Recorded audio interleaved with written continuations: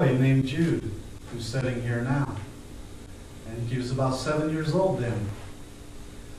And I remember in the mornings he would sneak around inside the mission compound, and he would come with his chicken feather, and he would wake everybody up by tickling their nose with a feather or sticking it in their ear, or just anything he could do to aggravate or be the ornery little boy he was. And I remember going outside of the mission compound, and the children would just swarm around me. They would come and they would hang onto my leg, and they would hug, and they'd want to feel my skin and touch my white skin. They'd want to run their hands through my hair, and I remember thinking, please don't touch me. I couldn't say that because I didn't speak the language at that time. But I remember thinking, it's okay, you hug my leg, but don't touch me, and please don't touch my hair. But I also remember as that week went on, that my heart began to soften. And when they would come and swarm around me, I became the kid magnet that I was, that I would rub their heads. And I began to hug them back. Kid magnet. Jude thinks he's a chick magnet. I'm a kid magnet. And I remember the decision to go to the mission field full time. Difficult, but knowing we needed to be obedient. I remember the first child that we buried that was very close to us, that we loved.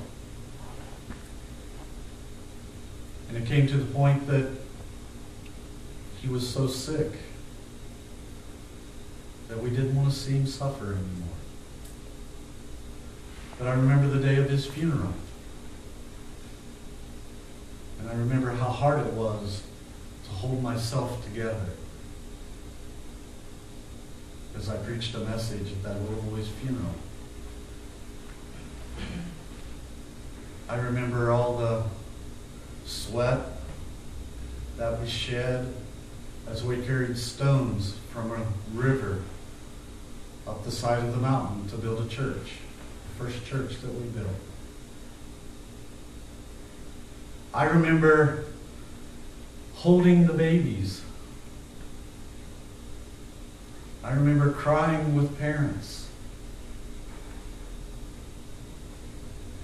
I remember when my good friend Carlo passed away, my first Haitian friend that I met, my very first hour that I spent in Haiti. And I remember his passing on at 32 years old and how it broke my heart. And again, I remember standing, preaching at his funeral, and thinking that I'm not going to be able to keep it together.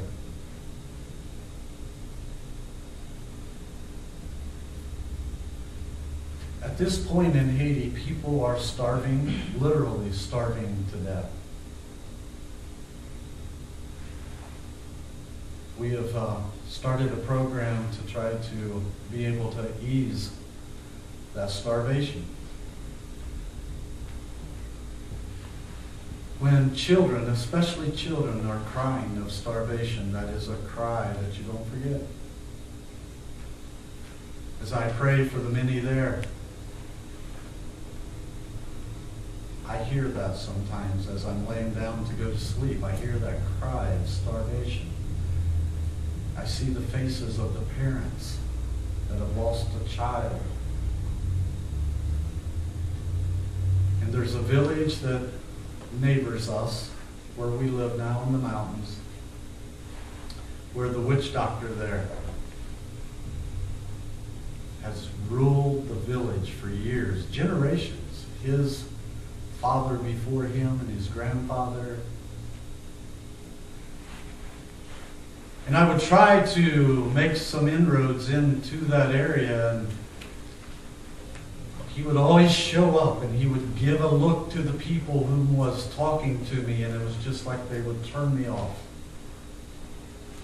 They would become busy or have to go someplace.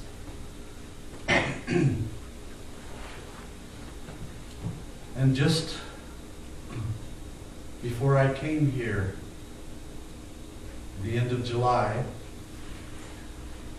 a lady from that village came to our house, and she had a 7-month-old daughter, a little baby girl with her, that was sick. And as I began to examine this baby, I knew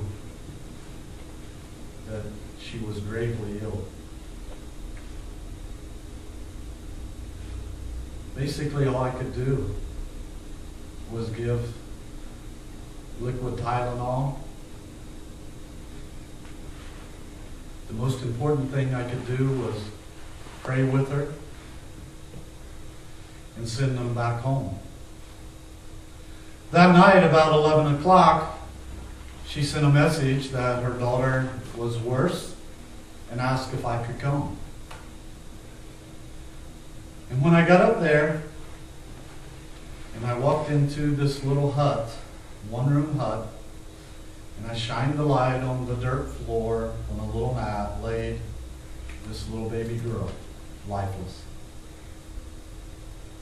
And as I began to examine her, I knew that she had passed on.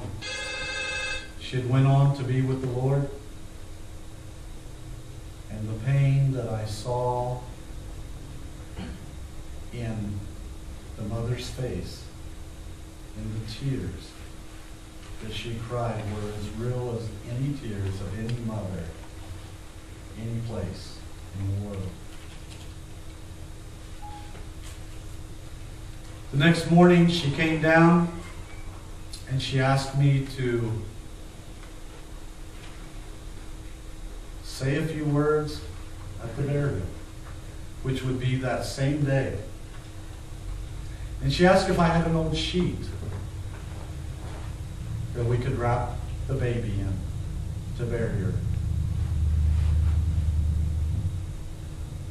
Now, this was right at the time I was coming home to do fundraising, and that's why I come to do fundraising, because we exhaust our budget every trip to Haiti. I didn't have very much money left. We took food money and some of our travel money and bought a sheet of plywood. And we made a little casket. I bought a little can of pink paint. We painted it pink, and we wrapped her in a new sheet.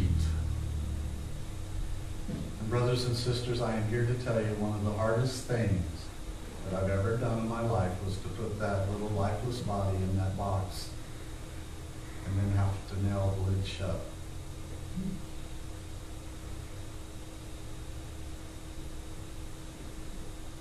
As I preached the funeral that day, I took the opportunity, standing in the middle of a village that was voodoo owned and controlled, and I claimed it back in the name of Jesus Christ. I remember seeing that witch doctor standing in the background. And when I got to the part of my message where I called Satan a liar, he turned around and walked away. And I know the door is open to feed that community spiritually. The positive out of the negative there is that I know the door is open into that village, into that community. And I'll resume that. But I made it my goal on this trip back to the land of plentiful that I would leave with enough money to feed that